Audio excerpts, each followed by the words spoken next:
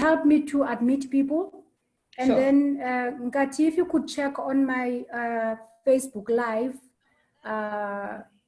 on my Facebook, just to make sure that if there are any chats that are there, you can always bring those points in here. Okay, I'll go there. Okay, cool. Good evening, women. And thank you so much for making this time to join us at this hour. I know that some of you have been at work the whole day, and I know that it takes quite some effort to move from the many meetings that you've been participating in, because we have learned that during this time of COVID, somehow we're getting to have so many meetings. So thank you so much for making the time, and welcome. Just to bring us up to speed, and for people that are here for the first time, so Womaniko has been running online conversations, a series of conversations that we've been having on a running theme that is called Reimagine, Braving the New Normal. And so we actually decided to start on this theme as soon as we got to hear about what's been happening, and we were worried and we were concerned about what this means for us, and we didn't know how this was all going to turn up and how we were going to cope. So at the beginning, the idea was really more to come up with something that we could actually, or a space that we could use to help us cope with COVID, because a lot of people that have, that were at the meetings at the beginning were just talking about how much they were so scared about dying and all that, and whether they were going to leave their children. And so we knew that that was quite heavy for a lot of us. So that whole idea of connecting with other women so that we can just share our own stories about what we are feeling and all that. And that work has actually evolved, and it is growing every week. We are learning new things, and we are also growing in numbers. It's amazing how many people that we have today. We even have somebody from Sri Lanka, Raina. So it's really quite a beautiful space that we are creating for ourselves. And so today, last week, before I can talk about today, last week we had Sko who spoke to us, and we were just quite excited about the topic that she was looking at. And she ended up talking to us about the kind of things that we need to advocate for if we are going to brave this new normal. So today we've actually decided we don't just want to be talking about shifts that are required, but we actually want to go to the gist of it all and look at the culture in our organizations and ask ourselves what kind of culture can actually help us as women, like, to thrive in this new normal. Because one thing we are so clear about is that in as much as most of us are saying we want to go back to where things were, we know that things will never be the same again. And so we want to learn and ask ourselves, if we are to go back to our workplaces, whether we are working remotely or whether we're talking about blended workplaces, what is that kind of culture that can actually help us to make sure that when we do our work, we are not just adapting, but we are actually excelling in that work. So as the other important thing that I actually want to raise, which Sko raised yesterday, which also made us to look at the issue of at the question of culture, is because we know very clearly that when we look at how women entered the workplace and how a lot of workplaces are organized, they're really not made for us as women. And so they're actually organized around the patriarchal ideas.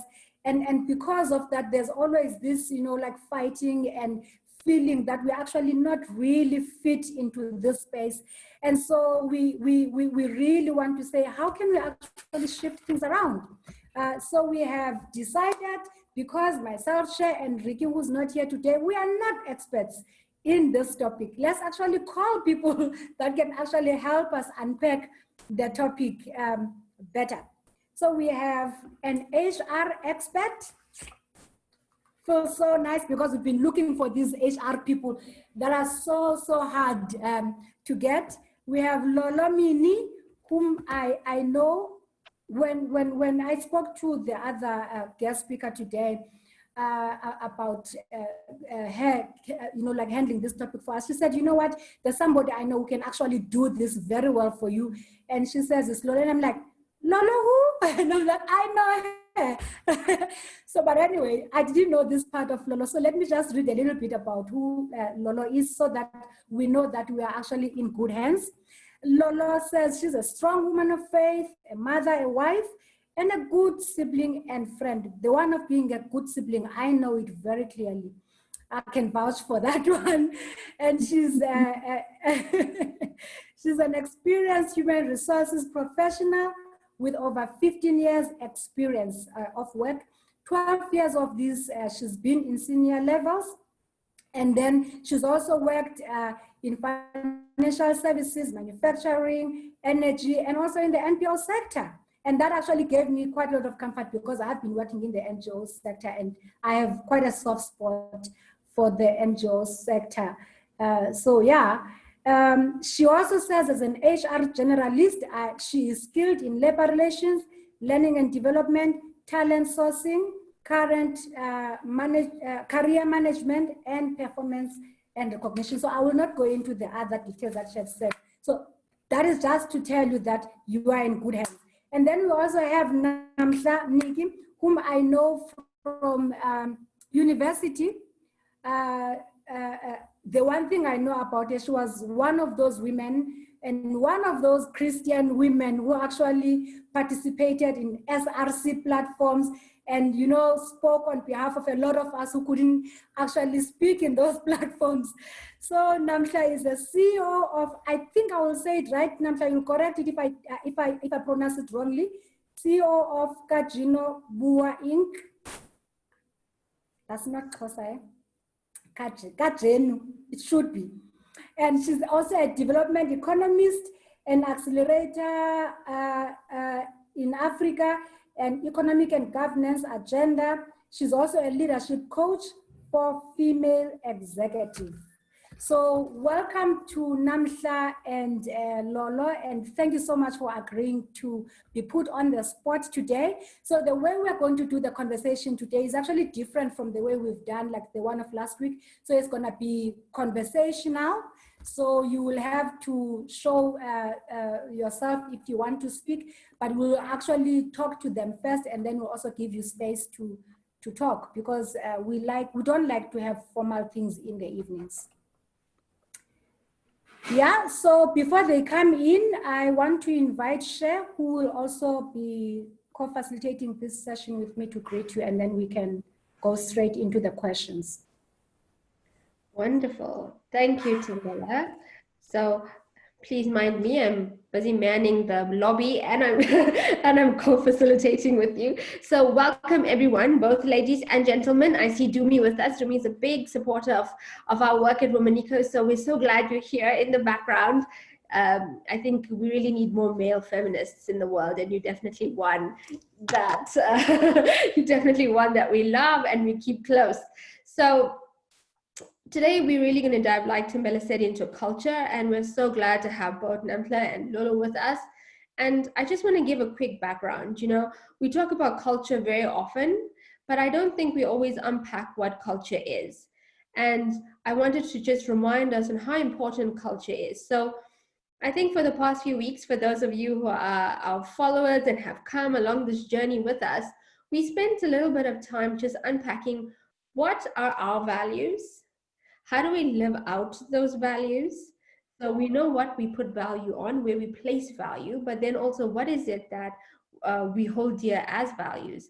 And then how do we find those values in the places that we work? And how do we hold those who we work with accountable to those values? And so we unpacked that over the past couple of weeks. And one of the things we did do as well is talk to you about what is values-based leadership. And when some of the things don't sit well with you, what of your values are in conflict, in misalignment, and how do you navigate that space? And so if you haven't, please request the recording from us. We'll happily share the recording with you, and you can get a background to what that piece around values was. But what we know more about values is we know that value drives the culture. That if there is no good values in an organization, you will find that the culture in an organization is quite toxic. And so being able to have values is one thing, and it's those nice words we put up on our walls in the offices, and everyone walks in and says, oh, what cool values, accountability, transparency. But what we're interested in is, what are those lived values? What are the things that we say we're going to do, and then we go ahead and we do those things? And so today what we really want to unpack is, what are the lived values in organizations? What are the lived values in your workplace particularly that is driving the culture? And is that culture one that is enabling, not just for you as a woman, but enabling for the entire organization? But of course at Womanica, we use a lens looking at women-centric workplaces. And so I just wanted to give you that backdrop, that we're going to talk both about values and we're going to talk about culture. And we really want Lolo and Nampla to help us to unpack what those are. So ladies, welcome. Thank you for joining us today. I'm going to ask you a quick question, and we're just going to dive in. And then if you want to share something from the participants that are with us, please just go ahead and raise your hand, and then between Timbela and I will get to you.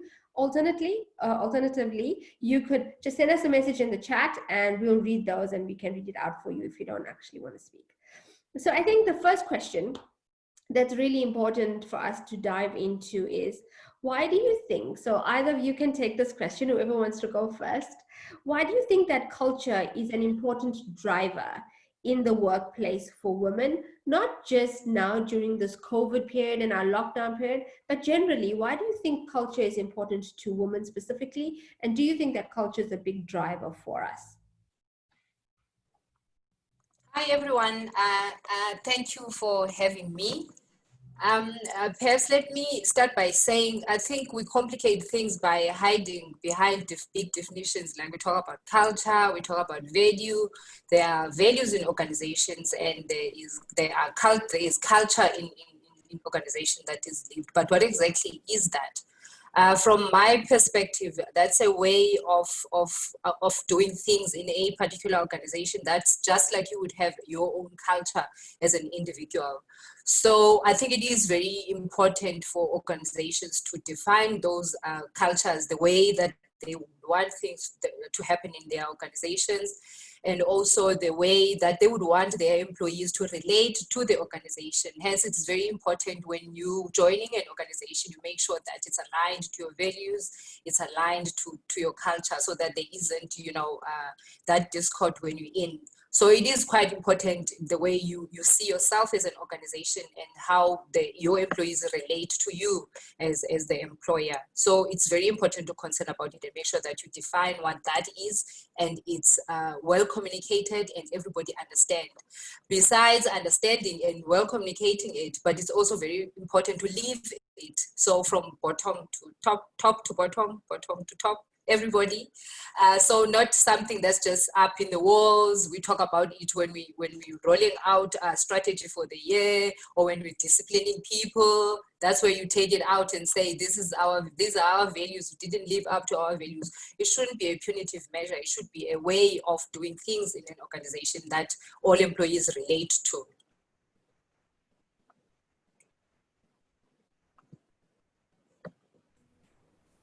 Should I come in? Yes, I will actually unmute myself as well, so that we don't have this the delay. Yeah.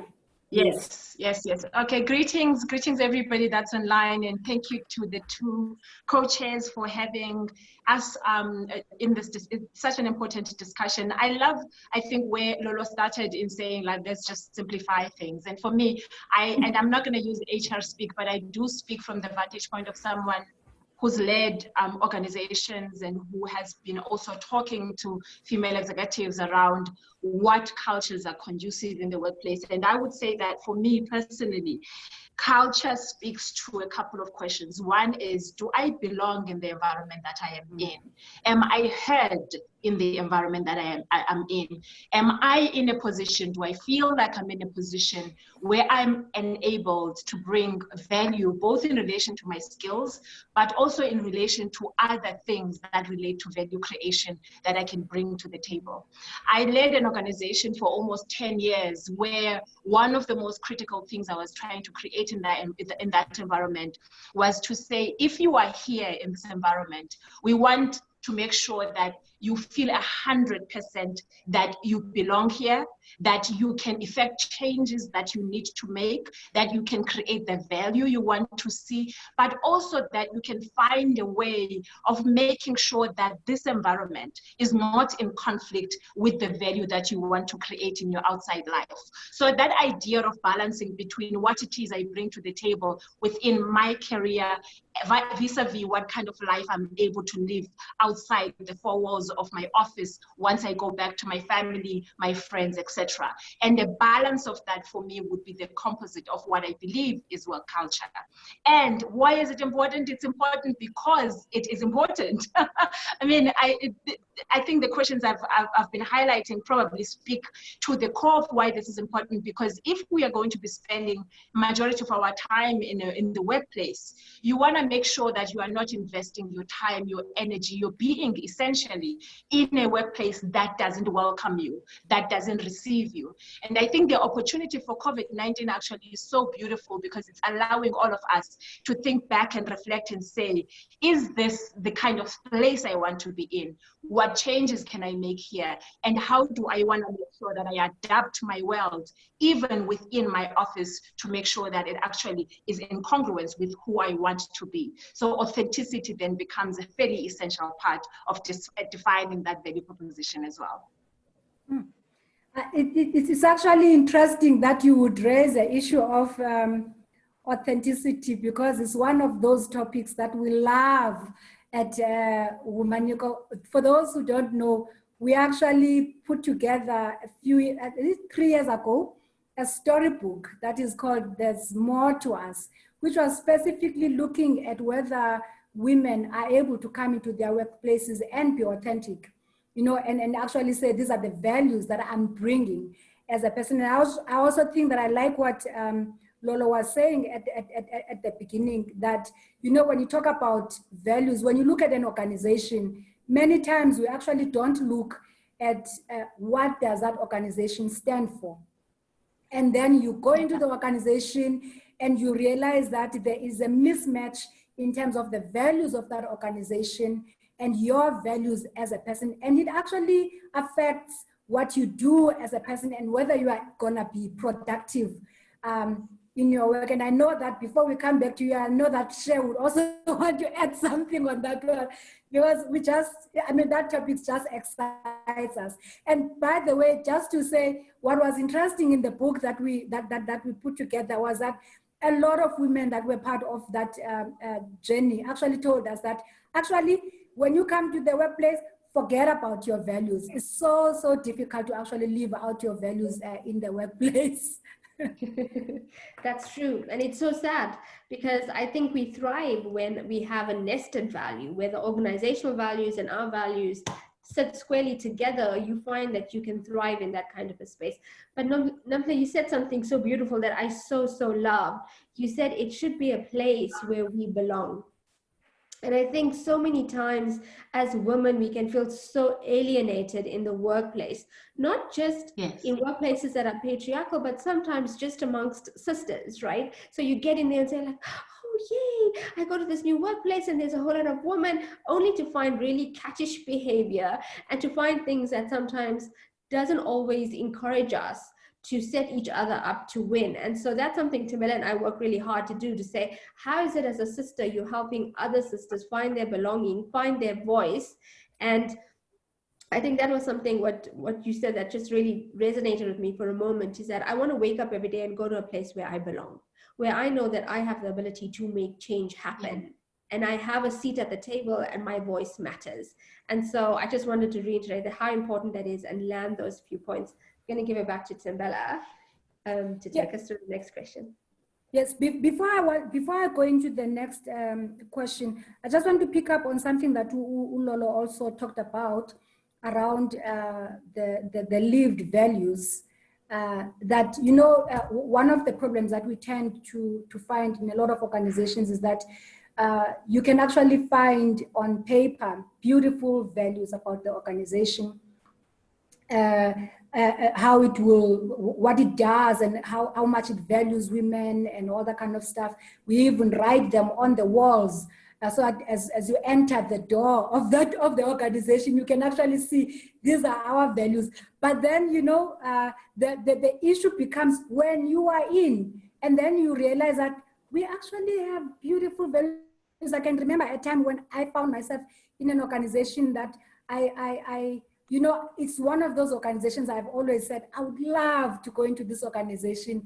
But then when I entered the organization, I realized that there was a disjuncture between what was said on paper and what actually attracted me into that organization in the first place, and the lived values. And then I actually wonder, how do you work with that before we can actually go into that second question that we have for you?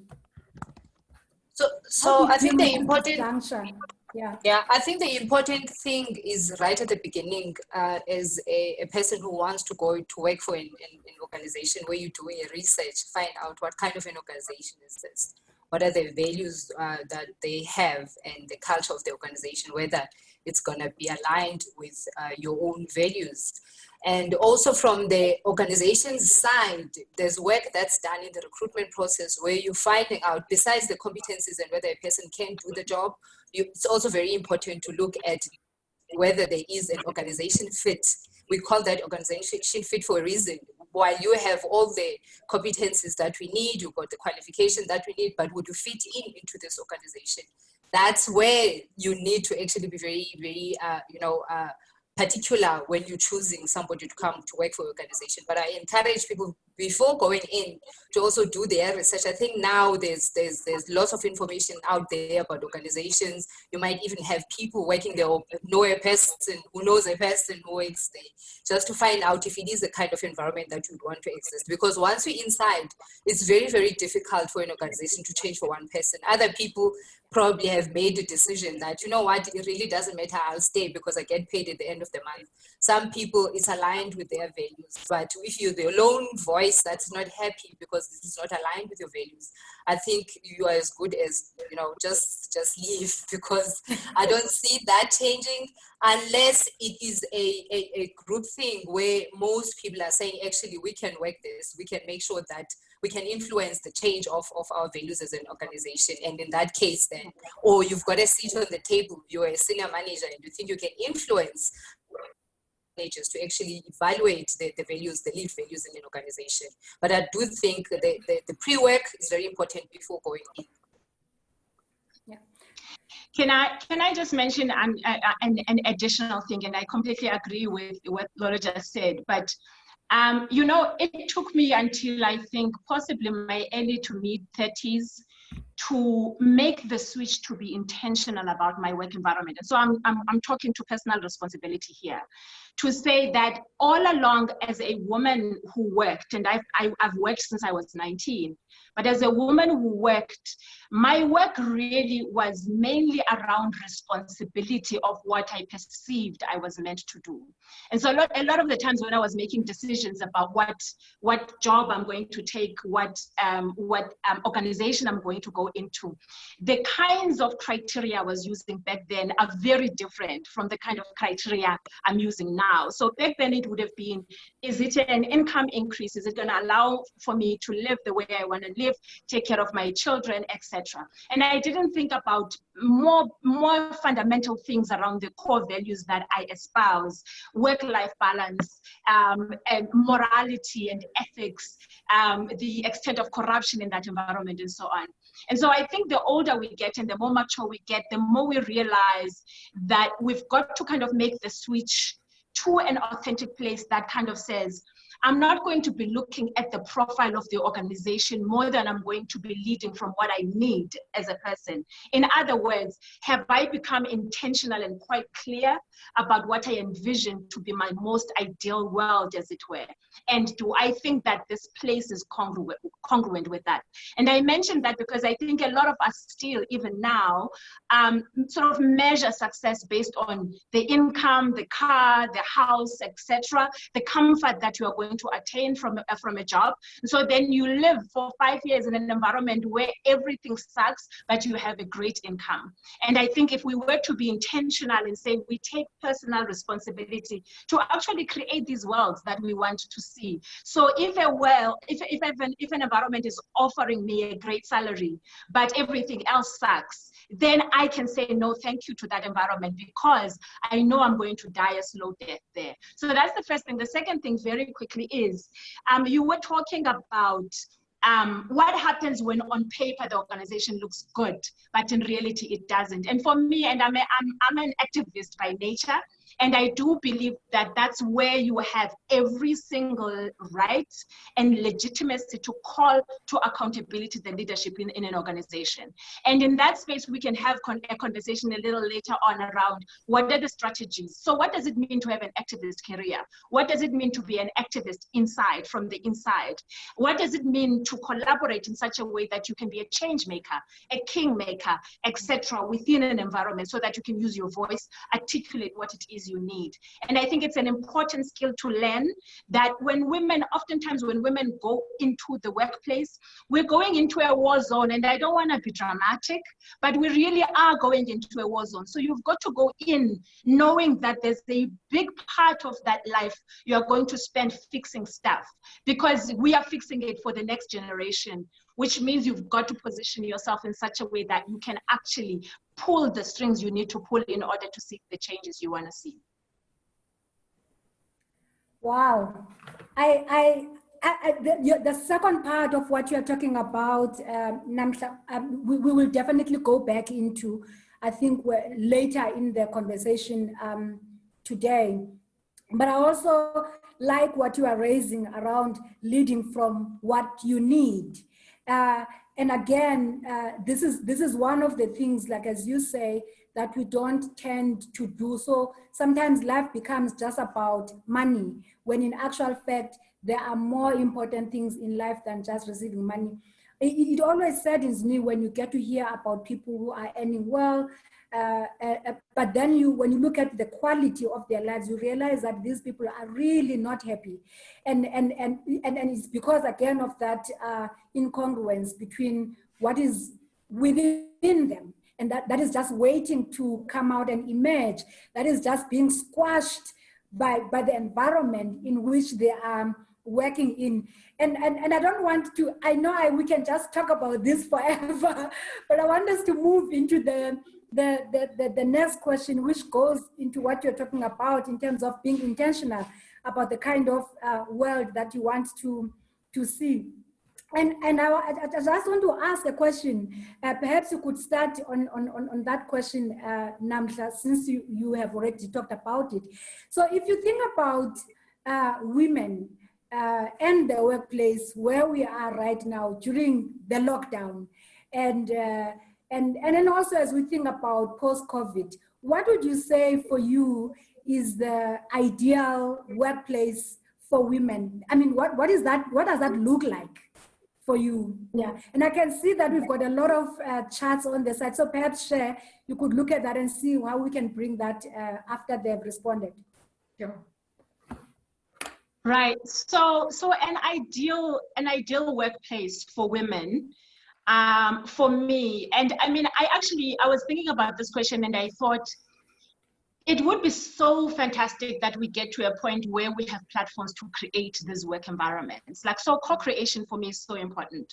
So even though I'm going to share some ideas, I know my ideas are incomplete. I would rather sit in a table with a group of women, and if I was in a work environment, we decide collectively this is what we need, and then we create it, as it were. But for me, I think freedom of voice and action is so important. I've seen this in people that I have managed. I've seen this in myself, where in environments where I didn't feel like I had freedom of action, and voice, I knew I was dying. Even my creativity, even the things I'm brilliant at, the skills, wouldn't show up because I was increasingly feeling silenced. And when I feel silenced, I die, and you can't receive anything else I have to offer. So freedom of voice and action is important. But also, I think a conducive environment is about the space and the flexibility to negotiate a desirable outcome for me within the parameters of the bottom line still. So within the parameters of saying we are clear what the objectives of the organization are and we want to accomplish them. But I should walk in there not as a robot. I should walk in there as an individual, breathing, living, with priorities, with intentions, with desires, with needs. And I should be able to sit and say, I have a platform to actually negotiate what I need. Here's what's fascinating for me with COVID-19 is that we're told statistically now that even after lockdown is finished globally, only employers are going to try and rotate employees so that at any given time, you've got 30% of the employees that are at work and the rest of them are working from home. How are you going to negotiate an acceptable outcome for everyone within that environment? Which means that the situation we're in actually is a beautiful opportunity where we can say, actually, what's going to work? How do we create this world? And one of the things that I discovered was the fact that every single decision is made by a human being. Usually, most of the times, it's men who sit at executive level, and that's what we need to change. But my knowing that every single decision, every single policy is made by a human being equips me, gives me the capacity to say, I'm also a human being. I can change it. I can come up with the ideas. And so then I have a leverage point, as it were, to say, I want to change something. Equal pay for equal work, I think, is going to continue to be important. Like, I can't imagine that you are going to have a conducive, ideal world for women who work so hard and yet earn so much less than their colleagues. And so all the things we were fighting for before COVID are going to continue, such as equal pay for equal work, such as additional support that is specific to women that women need. But the bottom of it is agency. A work environment where I have agency is a work environment where I can actually negotiate everything that I've just referred to.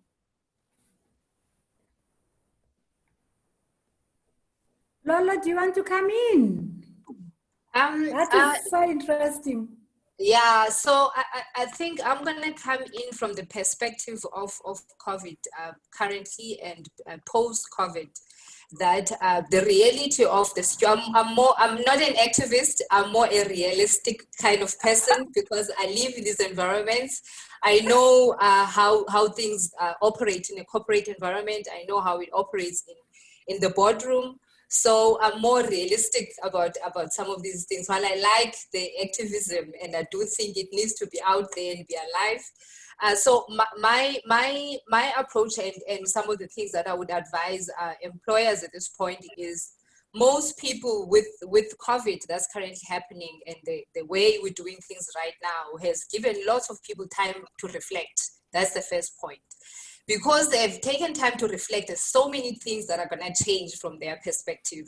The rush that I normally do, where I wake up in the morning at certain time, prepare kids, rush to the office, make sure I come back at a certain time to cook and all those kind of things, take kids to school, it's no longer happening. We've slowed down and we're thinking, was actually that normal? Do I want to do that again? And so we need to be realistic as people in this kind of space that it will never go back to that, and be proactive about it to say, okay, so we need to just first of all have Namhla has mentioned this, flexible environments, and make sure that we're very flexible in how we're doing things. And the other thing, particularly in my space that I'm thinking of is gender neutral policies. And in fact, I'm leaning towards women-prone policies, because if you create policies that are for women, that are for parents, they will work for everyone. Nobody's gonna come and complain and say, I hate flexible working hours, I hate working from home. It's probably gonna work for everyone.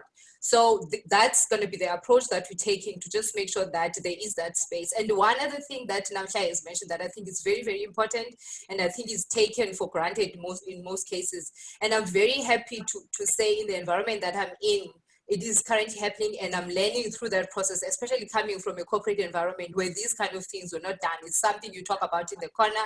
Once you start talking about it, you get targeted, so people end up keeping quiet. That's the reality of what's happening out there. So I'm in a space where there is a platform where we actually listen to employees, because you can create the best policies, you can do all of that, but if they are not talking to the individual employees that you have, it's useless to have that. So it's very important to just consult and find out, so what's going on, what kind of help do you need, and make sure that you incorporate some of those things in your policies, and make sure that your policies speak to the situation that you have and the individual situations that you have. Because gone are those days where you have a black and white kind of thing, that this is how we're doing things and this is how it's going to be done. That negotiation comes in where you offer, some of these things within the policies, and just make sure that there is flexibility within the policies to accommodate all these kind of requests that will come. So it's very important then to be proactive and just make sure that as employees are reflecting, organizations are also reflecting and trying to meet each other halfway. Love that. Yeah. I think it's so important that we find that middle ground, that we become agile and more flexible going forward. I'm not going to read all of the comments in the chat, because I know everyone has access to it, so you can read what the other participants are saying. I think one of the things that I am going to highlight is something that I know we're going to move into around what's the practicalities around this.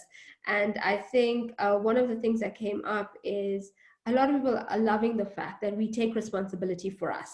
And I think it's so easy to put the blame on others, to say, like, it's my workplace that needs to change something in order for things to get better for me. But we understand that responsibility is really on us. We take responsibility for a lot of the things that happen in our lives. And so one of the questions, or one of the things that came up, is how do we become an activist employee without being labeled a troublemaker or an angry Black woman or white woman or Indian woman in this case? And that labeling goes around quite a lot. I get it. Like, everyone's like, oh, there she comes with her many questions, wanting things to change. And so for me, I think that's going to be one of the critical things we think about. Like, yes, we have a voice, and yes, we want to belong, but what is it? Where is that balance on us being able to raise the issues, and how do we do that in order not to be labeled, but to make that space for not just other women, but for the next generation? And then I think Score also said something that was really important, which is, how do we find that balance? So going through this COVID process and finding ourselves post-COVID and knowing that it's a new normal and workplaces are definitely going to change, how do we do the negotiations in the workplace so that we can both achieve our work, but at the same time, we're able to achieve in our households, and find that very good balance between being able to achieve what we need to for our workplaces, but also being able to achieve what we need to at home, so that we are full and whole people who are living sanely in this very unprecedented time. So I think I'll leave those two for now, and either of you can speak to it, or Tamela, you can go into the next question if you'd like. I just want to raise one other question, which has been raised, I think, by Pinky, who's saying work from home policy has always been there, but you are still micromanaged, asked to produce daily tracker to show what you are busy with. Is this normal? But before they can answer those questions, I just want to bring a few issues on the values part of it. That when you look at what Namhla has talked about in terms of the values, it's actually very interesting that in the previous conversations that we've had, some of the values that were surfaced by the women that have been participating in the conversations were issues around self-care, around mindfulness, around choice, meaningful relationships, connections, and support. And I think the reason why I want to raise this is whether within the workplace context, these are the kind of values, whether it's actually possible to negotiate these kinds of values, because clearly, when you look at them, it's not the kind of things that workplaces normally concern themselves about. So you can come in, yeah. Right. So such valid comments, especially the stuff that's going on the chat that I was looking at, and I might not be able to address everything, but I do want to zoom in on the series of questions around how complicated sometimes it can be to know what needs to be done in terms of what needs to be changed, to have the commitment to do what needs to be done, but then to be victimized in the process. And so to be labeled, potentially to even lose your job or to be pushed out, etc. And I think that those are really real concerns. And just because I'm an activist by nature, I don't want to minimize what the risks are, because at every given moment, every fight that you are involved in, you've got to evaluate as a woman what you are in a position to lose, what you are in a position to gain, and then make wise decisions around that. But I wanted to say a couple of things from a strategic point. One is that I think one of the things we learn in activism is to identify pivot moments, right? So identify moments where there's an opportunity to accelerate change. And COVID-19 is one of those opportunities. And you identify a pivot moment by saying there's a major transition that's going on in my work environment right now, where everything is up in the air and everybody is looking for solutions. And one of the things I've found valuable in my own experience is to be a value contributor in those moments. So in the moment where everybody is trying to figure out, okay, what is the new work from home policy? You come in with a series of suggestions that actually engage with that moment. And we use this when we are doing activism with governments. We use this when we're doing activism within organizations.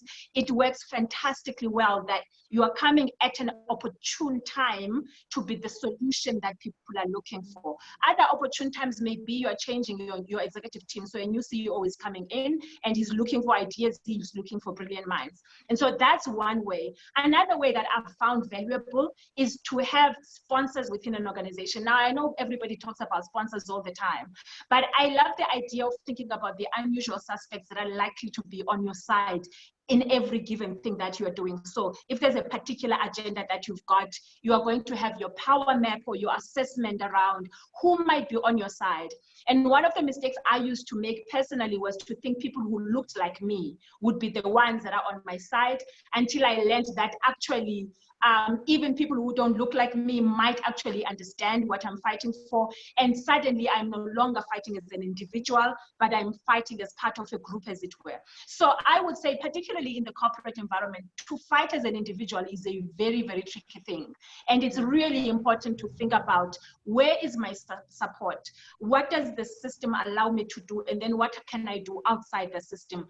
That way you are kind of carefully managing all of these risks around, I'm going to be labeled, but I'm wanting to create change at the same time. And we can have a lot more discussion around that. But the other thing, and this is the hard push I'm going to make, the other thing is that if you are going to choose that route about a particular thing, it doesn't mean you're an activist about everything, right? So you've identified the things that are critical to you that you need to change. Then you're gonna get to a point where you need to be comfortable with discomfort. Like seriously, like you can't create changes in an environment where you are not okay with being labeled the Black angry woman or labeled whatever else it is. Like we live with that discomfort everywhere we go. I walk into spaces where like people will hardly speak to me because I'm seen in a particular way, but I'm okay with that. I'm okay with that because in those environments, what I'm working towards is more important to me than whether you like me or you don't like me. So then it's cool. The question of what's your why, I think that's one point I'm taking from what Namhla is saying. So because honestly speaking, if you challenge, and when you challenge situations and you or things that you feel like they're not sitting right with you, Namhla had talked about being in a war zone. So that's the idea.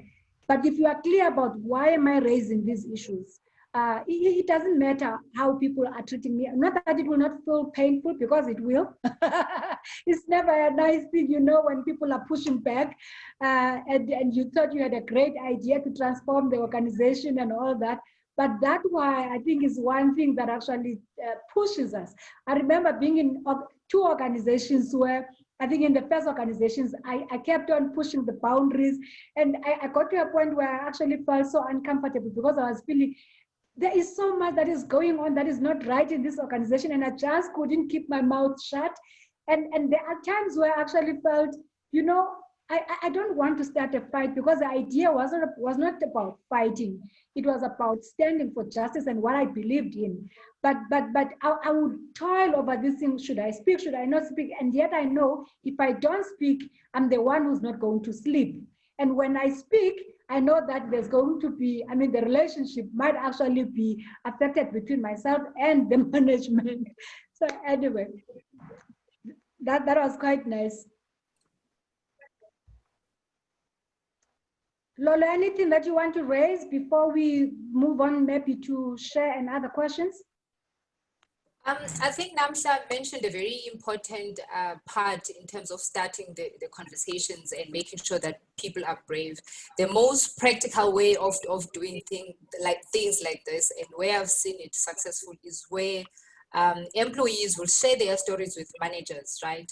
And if you're getting this constant feedback from managers, as for example, as a senior manager or as an HR person, that's when you start to ask questions. Is this working? Is there something that we can do regarding this? And you get then an opportunity to present this as, hey guys, this is what our talent is saying, and I do think this is something we can do about it, and you know, make that appropriate change. The other thing I also want to just confirm is what she spoke about, that you need to look for opportunities where you can make changes. COVID-19 is one of them, and my practical experience regarding that is the current organization that I'm in. The fortunate part of it is that I went into an organization where the CEO was fairly new, so she wanted to do a whole lot of new things and exciting things. And as a new person coming in as well, there were lots of opportunities of opportunities in terms of things that I could do as well.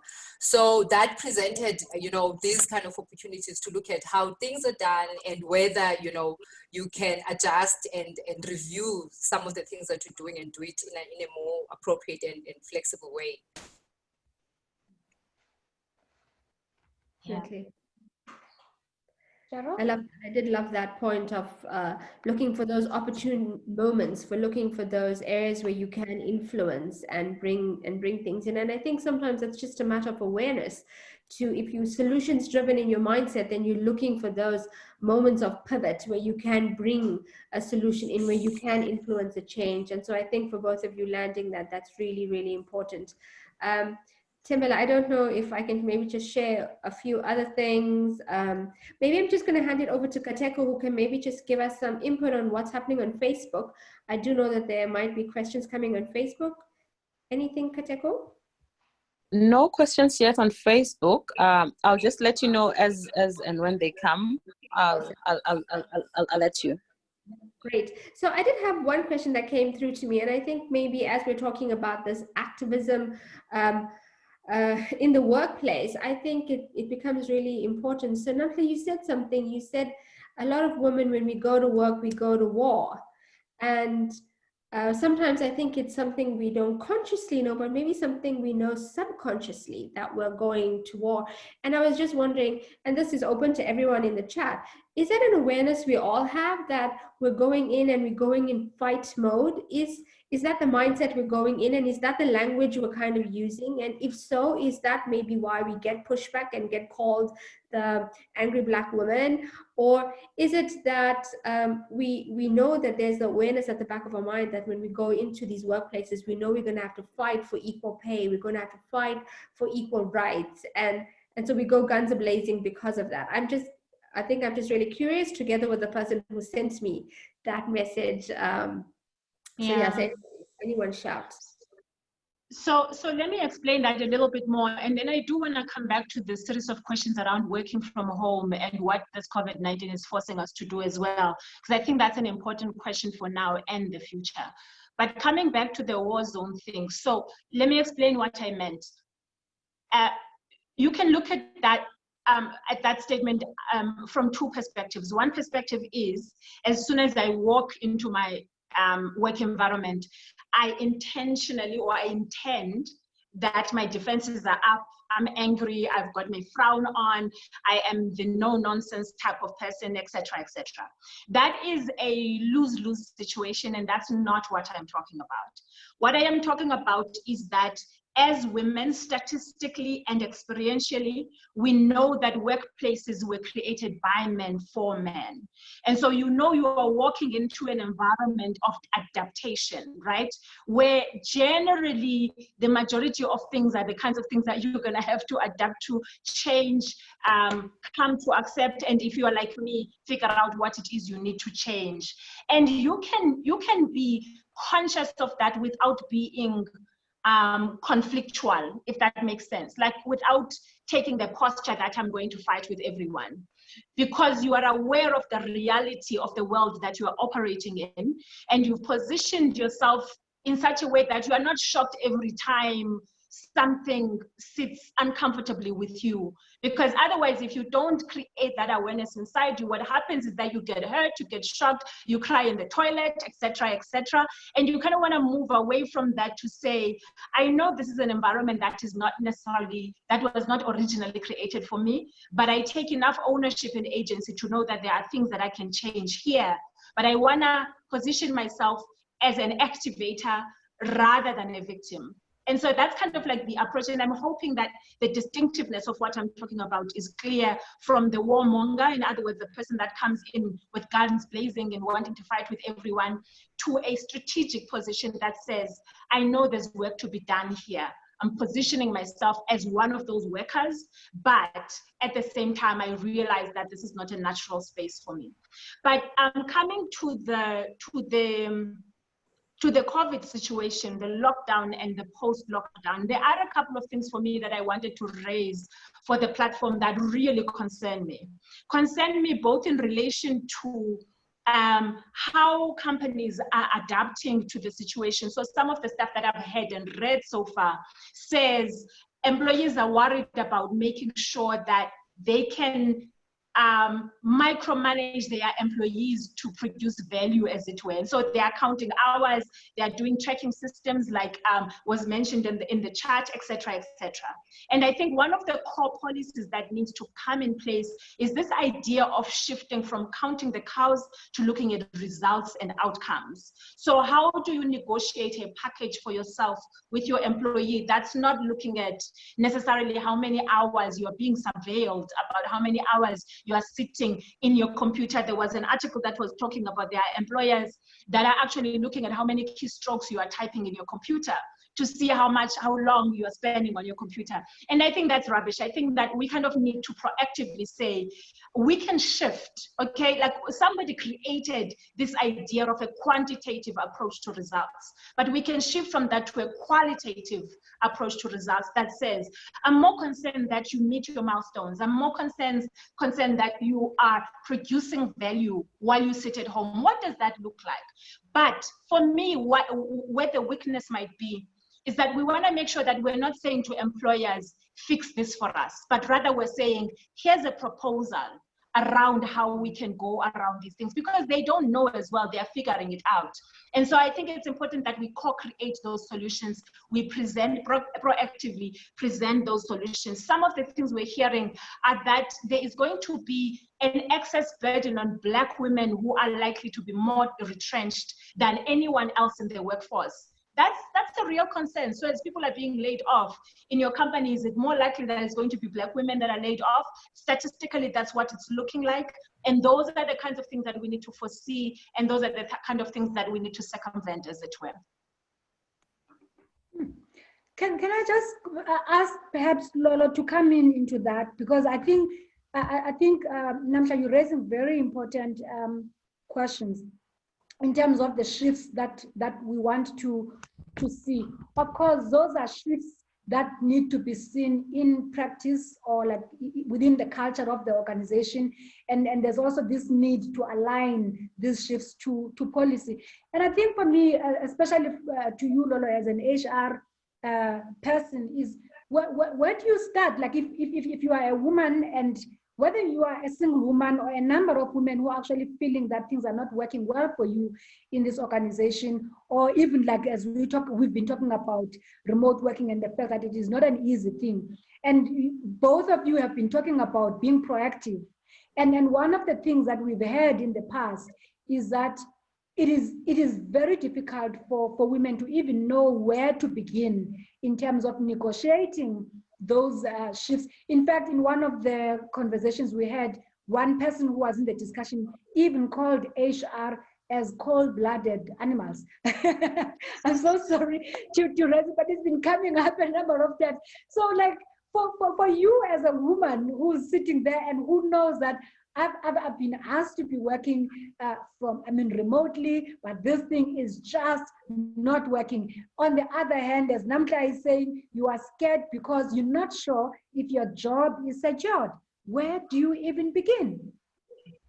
So I think the important thing that we've been talking about and mentioning in these conversations, and judging from what you guys have had conversations in the past sessions like this, is that this pandemic has exposed already existing challenges regarding workplace culture, particularly those facing women and parents in general. So it is then important to use this time to assess those gaps. But who is we? We is women leaders that already have seats on the table. People like me who are leading HR functions, that are mothers, that are wives, that are career women, that know the experience, who have lived the experience, to help craft these kind of things and to make this more practical and make sure that you talk to what's happening, especially in the COVID space. I think it saddens me that the burden is on employees, particularly women, to be the one now that need to cry out and say, this is what you need to do as an employer. It should be the employer now that's showing that empathy and being kind to their employees, to say the working from home is not the normal working from home. Normal working from home when there was pre-COVID, and working from home during COVID and post-COVID is different in that kids are not at school. So while I would work from home pre-COVID, I would just be me and my computer and my work and my phone. Right now, I've got young kids. I've got a kid that I need to make sure that they do their schoolwork, they log on to their live lessons, and I'm sure that's the same feeling that everybody's feeling. And it's not just the only role that women play. You are the mother, you are still the wife, you are still, expected to do this work. And one of the practical things that we've done is to put together a guideline that's making managers be aware of these kind of situations, to say, this work from home is different.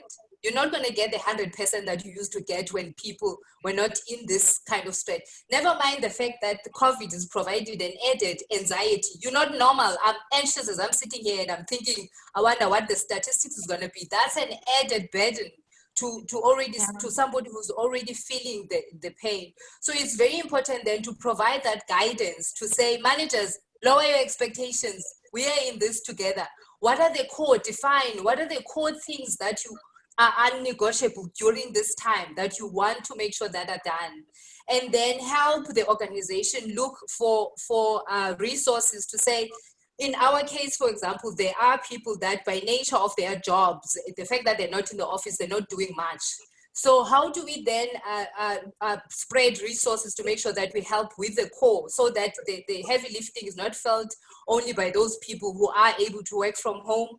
And in that way, you're managing expectations from both managers and from employees to make sure that it's not business as usual. So you can't expect me to do to log in 8 hours that I logged in pre-COVID, because I've got other things that I'm doing in this work from home situation. So that's different.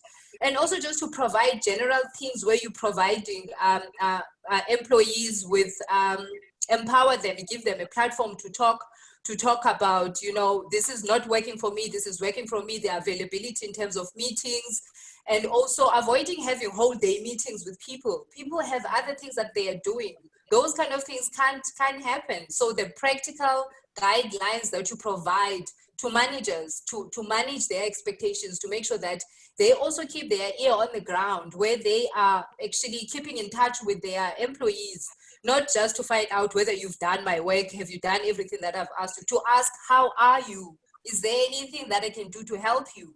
Because all of us are in this, we're anxious, we're tired, we're demotivated sometimes we just have no will to work because of this whole abnormal situation that we're in. So we need to be just realistic, and I really would encourage those people that are in leadership positions that are able to speak to these things, to just encourage organizations to look at some of these things and actually check and meet employees halfway in this kind of circumstances.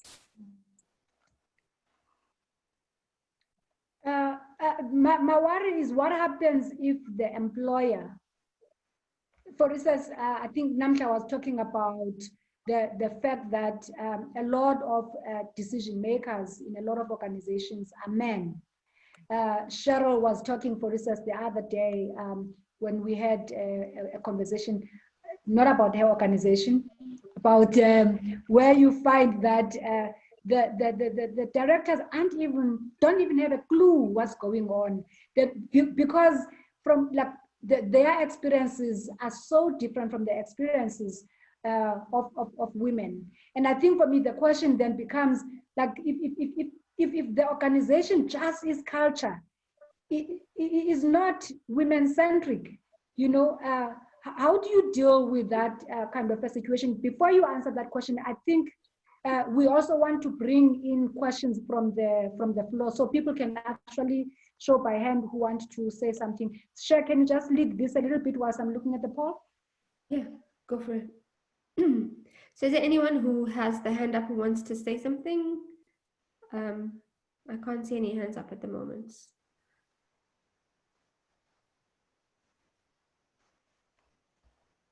So okay, whilst you're waiting for people to pluck up the courage to put your hand up, I'm going to read some of the chats. So someone says here that they love, okay, let's just talk about this one. So someone had a discussion with their manager and they decided that they'd work 6 hours. And then after a week, they got told they had to go back to 8 hours. So maybe Lolo or Namhla tell us, how would you deal with that? So you have a manager who was negotiated the times and then suddenly changed their minds. How would your work hasn't changed, your home life hasn't changed, but suddenly the demand on you has changed? How would you navigate that? How would you practically do something about that?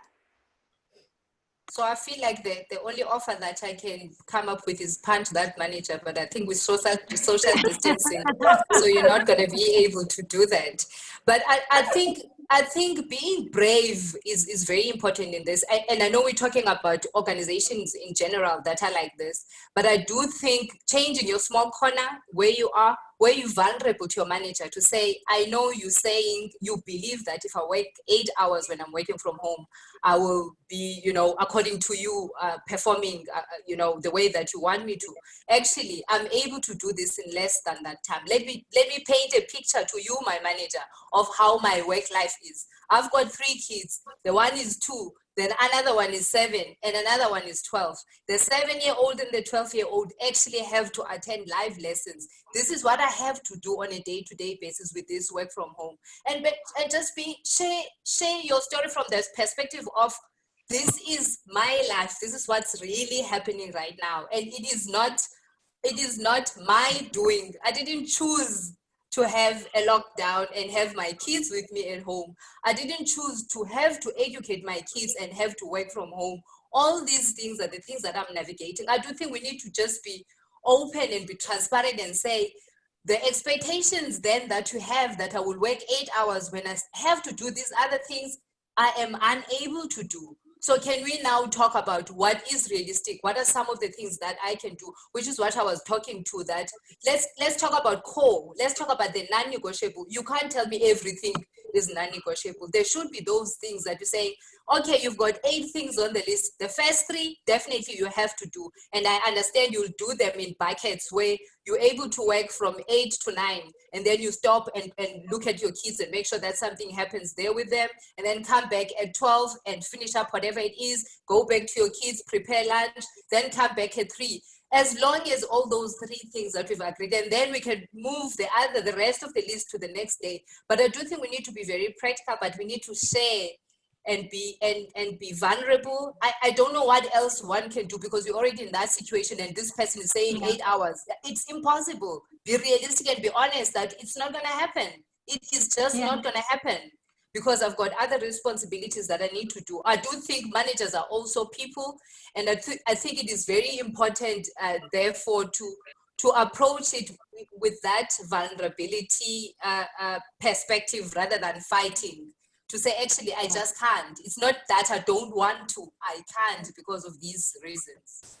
No, definitely, 100%. I love that approach. I think one of the things is becoming so clear to us, and it's now becoming mine and Thembela's big challenge, is to really have a session on how do we as women negotiate in the workplace. And how do we do that in a non-confrontational way? How do we do that in a constructive way? How do we still hold our dignity and yet speak not just for ourselves, but on behalf of others who can't? So I think we're taking up that challenge. I'll take up the challenge and just nudge Thembela really hard so that we can come up with a session around that.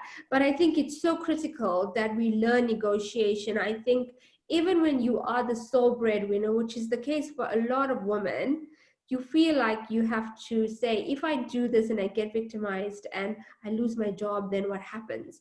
And really, we're going to look for ways in which we can help you navigate that space, because we're starting to understand how important it is. I was just reading in the chat, and I think it's Nicolene who said that at the moment she's just feeling so guilty because she can't spend the time with the kids and her husband that she needs to and wants to, but work has just been consuming so much of her time. And I think in a few sessions ago we discussed that, how your home has now become your workplace.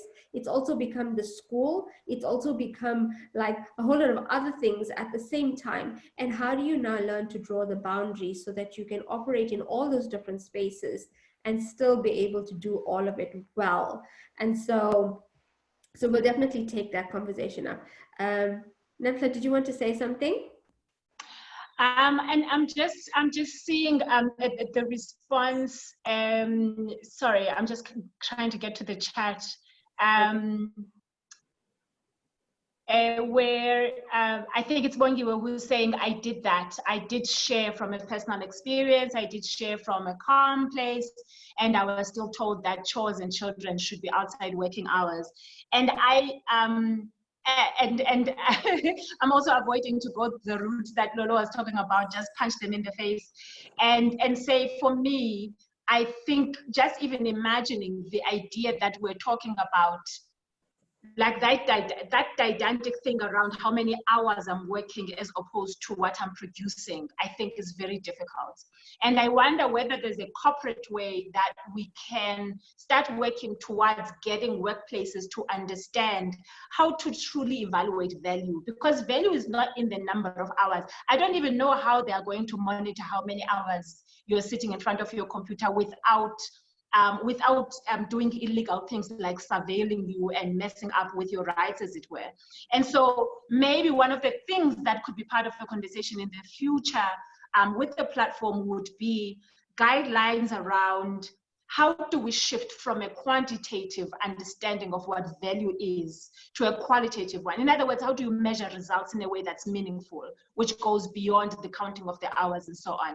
But I suspect in a situation like what Bongi is experiencing, you might have to think about a much more collective approach. So I wonder, for instance, how many women in the different organizations, while they're in lockdown, have come together on a Zoom call and said, listen, we work for so-and-so, we are all working from home. It's not clear what the policy is. Can we put together a set of ideas and share them with the corporate institution, as it were? Because it's kind of like, and I hear what Lolo was saying, that it's the responsibility of the employer, but in the absence of the employer having that creative ability to meet that need, is there a way that we can begin to kind of shift the atmosphere so that employers are thinking more and more in ways that are realistic around how to measure performance in lockdown situations? Yeah, no, I love that. And I think it goes back to what you were saying about responsibility. Like, can we take responsibility? Can we band together as women? Can we have the conversation offline and then find a way to consolidate our responses and then make a case for it. And I think a lot of the times what we find is a lot of women are sitting in their corner, probably a lot of them feeling the same thing, but just not coming together and speaking with one voice. And you know, I think the most powerful thing for us, not just as women, but for human beings, is to say, me too. Oh, yeah, I'm not alone in this world. I feel that too. And I think we can get much better as that, as women. I just wanted to highlight to you guys that we have a poll going. So please do help us with the poll. Do answer that for us. The 2 questions that we have is, would you say your organization's culture is women-centric? And the second question that we have going is, have the choices and actions of your organization during this time of COVID and the lockdown enabled you to thrive? So if you can answer that for us, we'd really appreciate it. And then I'm going to just give Skolile a chance to speak. I see her hand is raised up. Sko? Thank you, Cheryl, and thank you, Sambela. Wonderful presentation from Namhla and Lolo. And I think we are on the right track, because reality is that employers are just looking at meeting the bare minimum of the regulations. I had an experience with someone where their workplace has just done a return to work plan. That is a real cut and paste from the regulations that were given by the Department of Labor and also the Department of Health. And when you then zoom into it, it misses the human aspects. So they have not taken into consideration the wellness aspect of the people who are supposed to be coming back to work.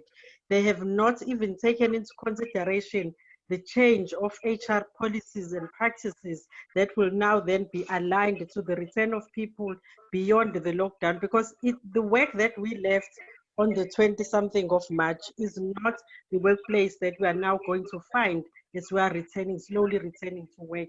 And I think it is very important that we keep up the momentum of influencing, like Kunamhla was saying, influencing from a space where it's not just about you only, but your own experiences, use them to better the situation around you. And really, I'm liking the space, and I'm liking how we are currently moving forward. And yeah, thank you.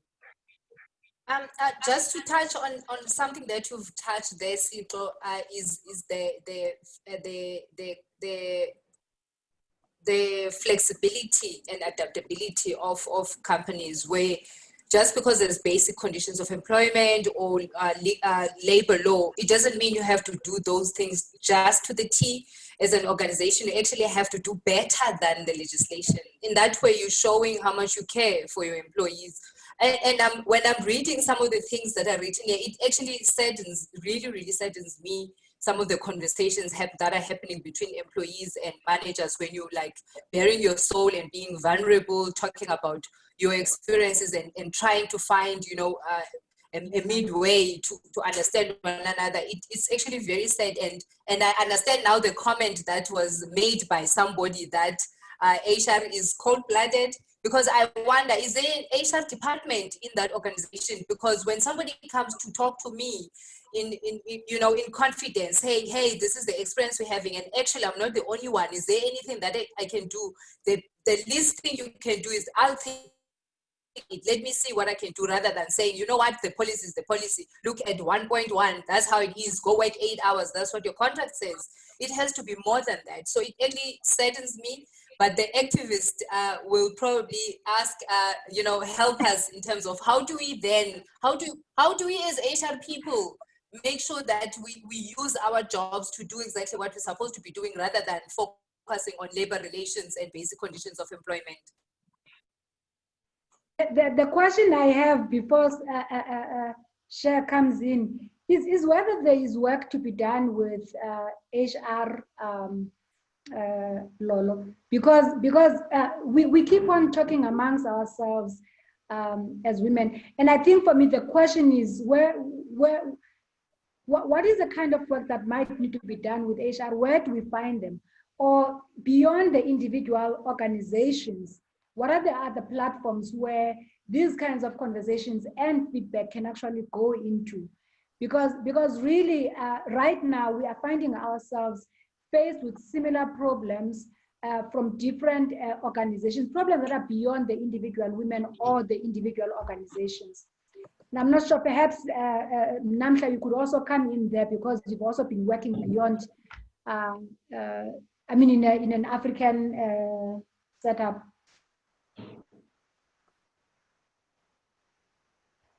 I'm hoping the HR specialist is going to say, where can HR be found? While I think about an answer. What was the question? I didn't get that. I'm busy looking at the chat. What was the question again? It's nice that you are looking at the chat. I think the question for me is, given that part of the problem that we are faced with is with HR. So how do we access HR? Where do we find them? Because again, it's not enough to have just one person from HR sitting with us here. So we need to find a way of channeling the feedback that we are receiving, because we keep on raising similar issues, and these issues are not just issues that are confined to one organization or to one woman. Yeah, so I agree with you that HR is no longer the way that it was before, or the textbook way of doing things, because one thing that good thing that HR people do is to go to school and have that textbook kind of work that's mapped out for them. It is actually way more than that. In fact, now that Namhla was talking about activism, I do think I'm actually partly an activist. I just didn't know about this, because if I look at some of the things that I've if I look at some of the things that I've done and I've actually spoken about, it's what we need to be doing in the HR space. Having said that, sometimes HR people find themselves in a very, very difficult situation where they are actually not recognized. They are not given a seat on the table. You know, they are an executive, they sit there, but they are not given an opportunity to say, what do you think? How do you think we should be doing this?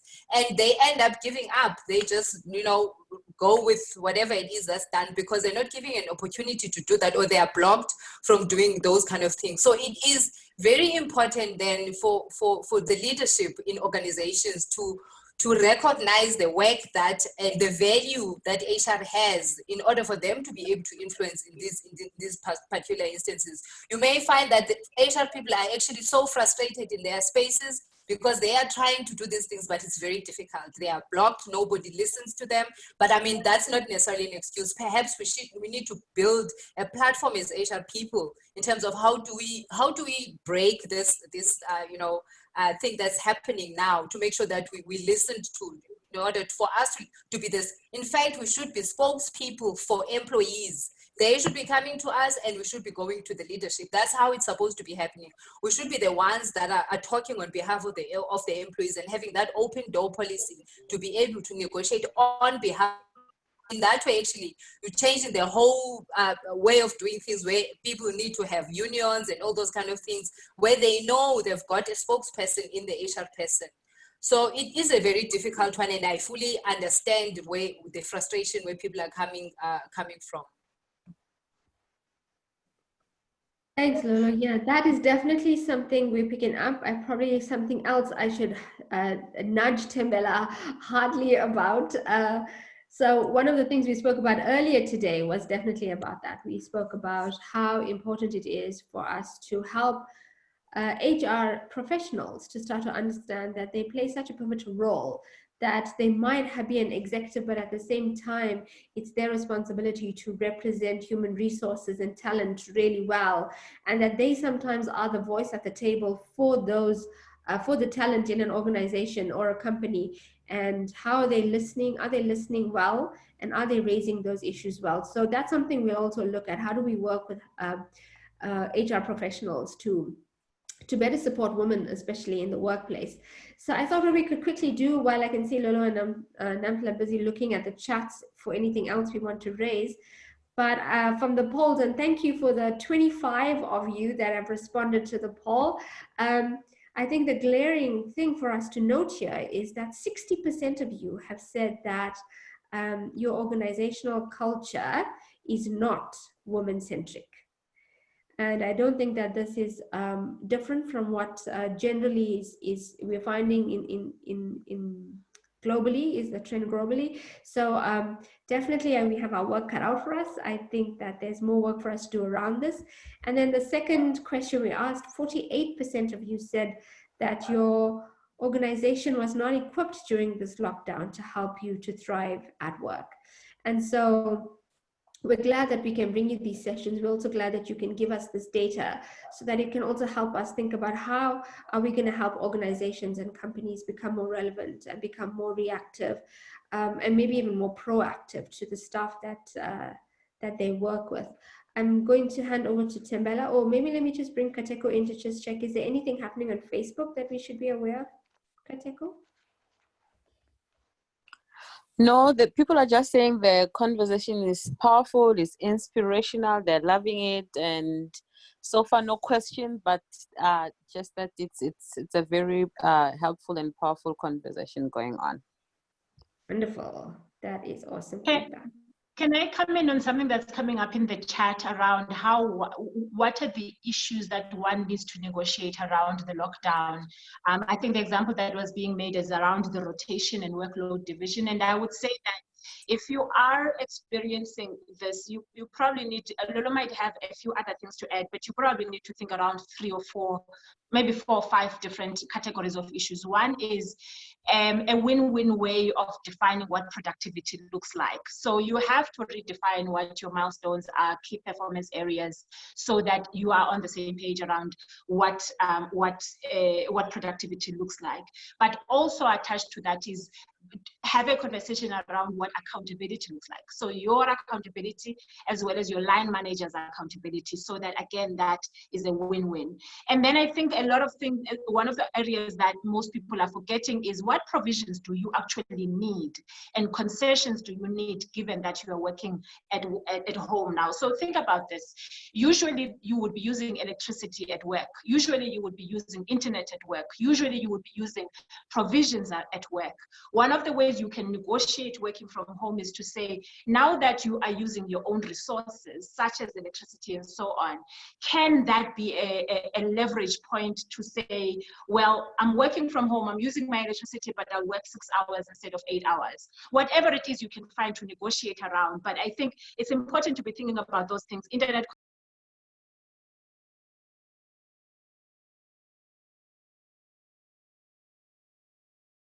I think you're on mute, Namhla. I don't know what happened there. Yes, Namhla is on mute.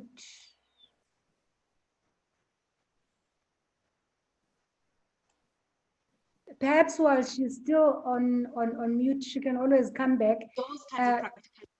Another thing is psychosocial help. Can you hear me? Yes, we No, can we've now. lost you for earlier, yeah. Okay, I'm sorry about that. So I was mentioning around what provisions you need, internet connection, computer equipment, insurance cover, etc., but also psychosocial help. So under these stressful conditions, especially when it comes time to go back to work, one of the things we're hearing now is that workplaces are going to reorganize how the desks are structured, and they are going to basically try and do the social distancing, but within the office environment. I mean, does that create a step? And as opposed to a safe environment, a hygienic environment, but also where you are still able to co-create with your colleagues. And then, of course, rotation for me can't be a daily thing, but you could potentially be negotiating around weekly rotations. So this week I'm working from home and a colleague is working in the office. And then you swap around that way. But I think being specific around these areas around which to negotiate, you can then think about what is the ideal situation for you. Go to the negotiating table already knowing what you desire and what your win-win might look like around those issues.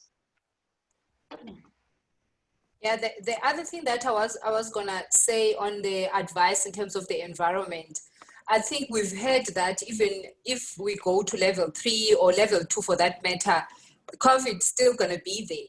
So I think the important thing is to just bear that in mind, not to just, be in that loop that people have to be going to the office. If employees can work from home, my advice that I've had with my leadership was that if employees can work from home, let them continue working from home. Because what happens if an employee is saying, I'm actually very scared, I don't want to go to the office, I've got young kids here, so if I go there and get infected, who's going to look after my kids when I'm sick? So we need to not just get into the loop that the government is saying it's level 3, or therefore we have to go back to the office.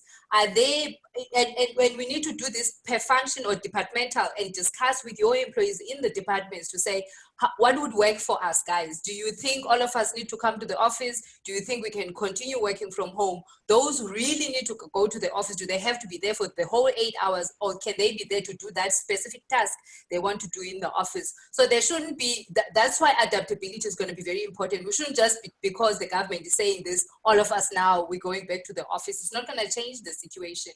We need to just be mindful and be kind to our employees and continue doing what works for them. Hence, it is important to engage and say, what would work for our department? What do you think we should, how do you think we should do this? If there's rotation and you have to have people in the office, how would that work? Is it 2 people? Is it 5 people? Is it all of us? Something like that. I think engaging the actual employees that are affected would be very important here. Yeah. 100%. Yeah, I don't know whether there's anything else that you want to share, because we are about to close. Any last thoughts between you, Namhla, and Lolo, or perhaps from the people on the ground? And after that, I will then just ask Sher to just pick up whatever she had today, and that we can actually go away with. So the parting shot from my side is that time to just talk and talk is over. We need to start having taking tangible actions to support women during this time. Consider parental responsibilities when we're making plans, because a lot obviously will change post-COVID lockdown, post-COVID and also after the lockdown. And I like the futurist and philosopher Alvin Toffler, which he says the illiterate of the 21st century will not be those who cannot read and write, but those who cannot learn, unlearn, and relearn. This is an opportunity for us to actually unlearn a whole lot of stuff that we've learned before and relearn new stuff, and make sure that we're doing those kind of things to look after our employees. Wow. Namhla? Such beautiful words. So very briefly, one was to say, one of the most powerful ways that I've been able to shift the kinds of spaces I work in has been to figure out ways of collaborating with men. And I think we need to find a way of getting a language that gets men to understand why it's important to create a conducive environment for women in the workplace. And there is some work that's going on around there, but I think getting supporters who have powerful voices, and usually men have powerful voices in workspaces, I think is an incredibly powerful strategy. But a second last thing I want to say is, I am over and above the institutional matters. For me, as someone who works directly with women, I'm always concerned about the well-being of the individual. In other words, where are you at? Are you coping? Are you handling yourself? Are you dealing with yourself with kindness? Are you taking care of yourself? And in that regard, I would say we need to find a way of building individual resilience in the context of all this chaos, confusion, and stress that we face. And so the idea of a growth mentality, building agility, building flexibility, even in your own thinking around you're figuring this thing out as you are going along. Your organization is doing the same.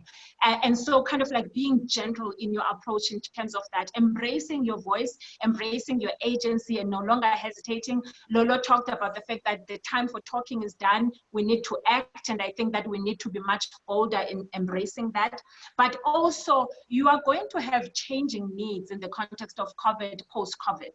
So you might find that your work environment no longer works for you because it doesn't align to the kinds of things that you want to do in the world. And one of the first things I wanted to start off with actually is that one of my lessons personally is I'm reconsidering my life. I'm reconsidering what matters to me. And one of the things that I bring to the table when I'm negotiating with new clients now is to say, there are things that are non-negotiable in my life. Like, you're not going to mess with A, B, C, and D.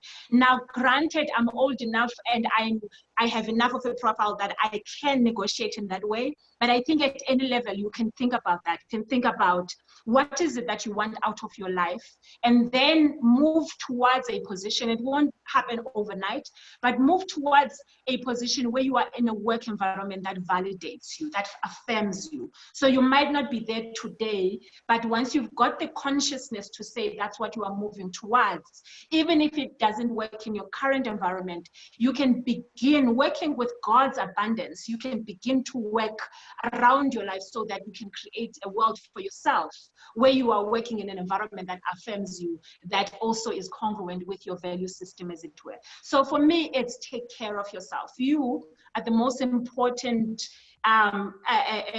ingredient in all of what we're talking about. And it's so important, especially in this time, to just be looking out for your needs. Wow, that is such beautiful closing remarks. It's such a beautiful awareness that you both shared with us. I love, Lolo, I love that the illiterate of the future will be those who are unable to learn, relearn, and unlearn.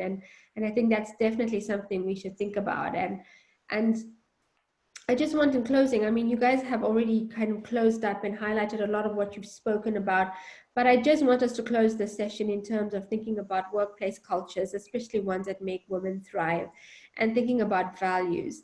I wanted to remind us that when we get hired by companies, they're hiring you for your skill, for your expertise, for your mind, for your knowledge, which means you're a service to that company.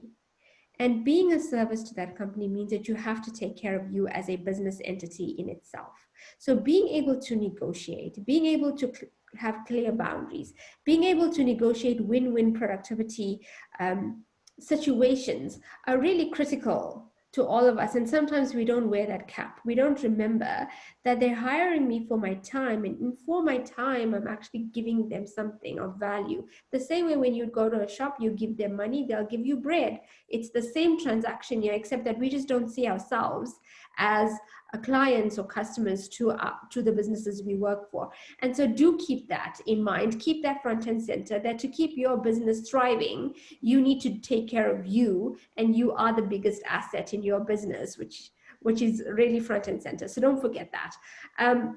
I think another thing that I want to highlight for us, especially because this is almost, I think Dumi has left us, so it's an almost all women platform right now. Maybe we have some Facebook guys listening, but I wanted to just remind us that the workplace was created by men for men, which Nampla rightly said. And with that in mind, remember that every time you speak up, every time you use your voice, every time you get a seat at the table, you're not just making that space better for you and for the women that work with you right now, but you're making it better for our daughters. And so you have a responsibility. And so don't forget that. Don't forget that you have a right to speak up, that you must make the workplace become a place where everyone feels like they belong. And in order for us to do that, right now will be the right time for us to make those pivotal shifts. And so I go back to something that Nampla shared, and she said, find those pivotal moments. If anything, and I know we all are exhausted and we all want to end, but remember this, that this is our moment.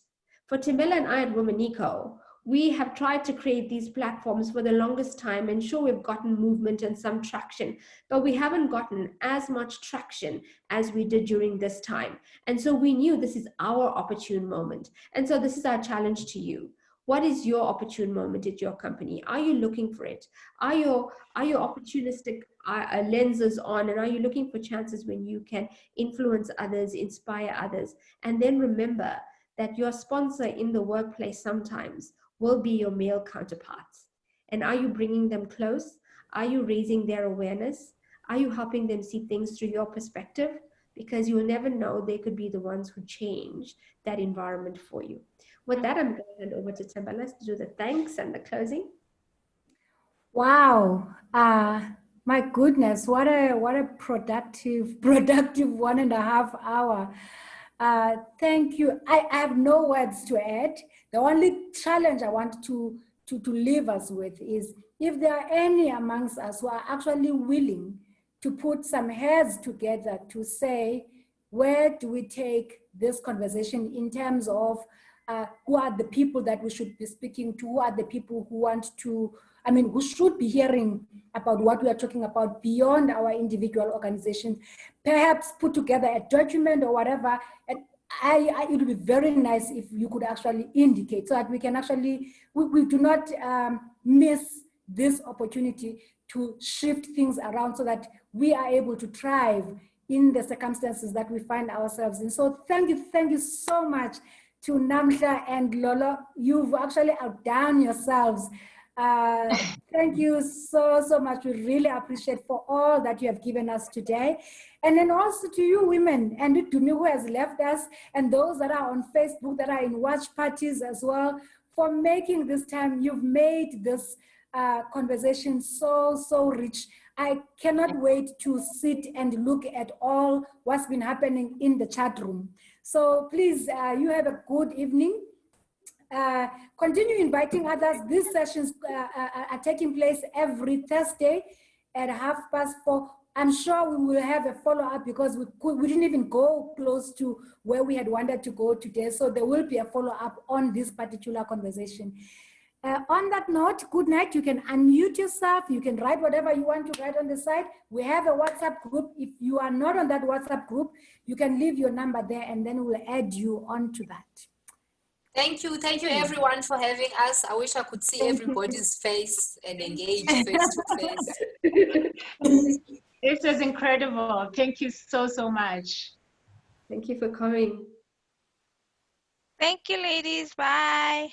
Thank you. Bye. Bye. Enjoy the rest of your evening. Bye. Yes, good. Bye. Such a vibrant audience. Bye.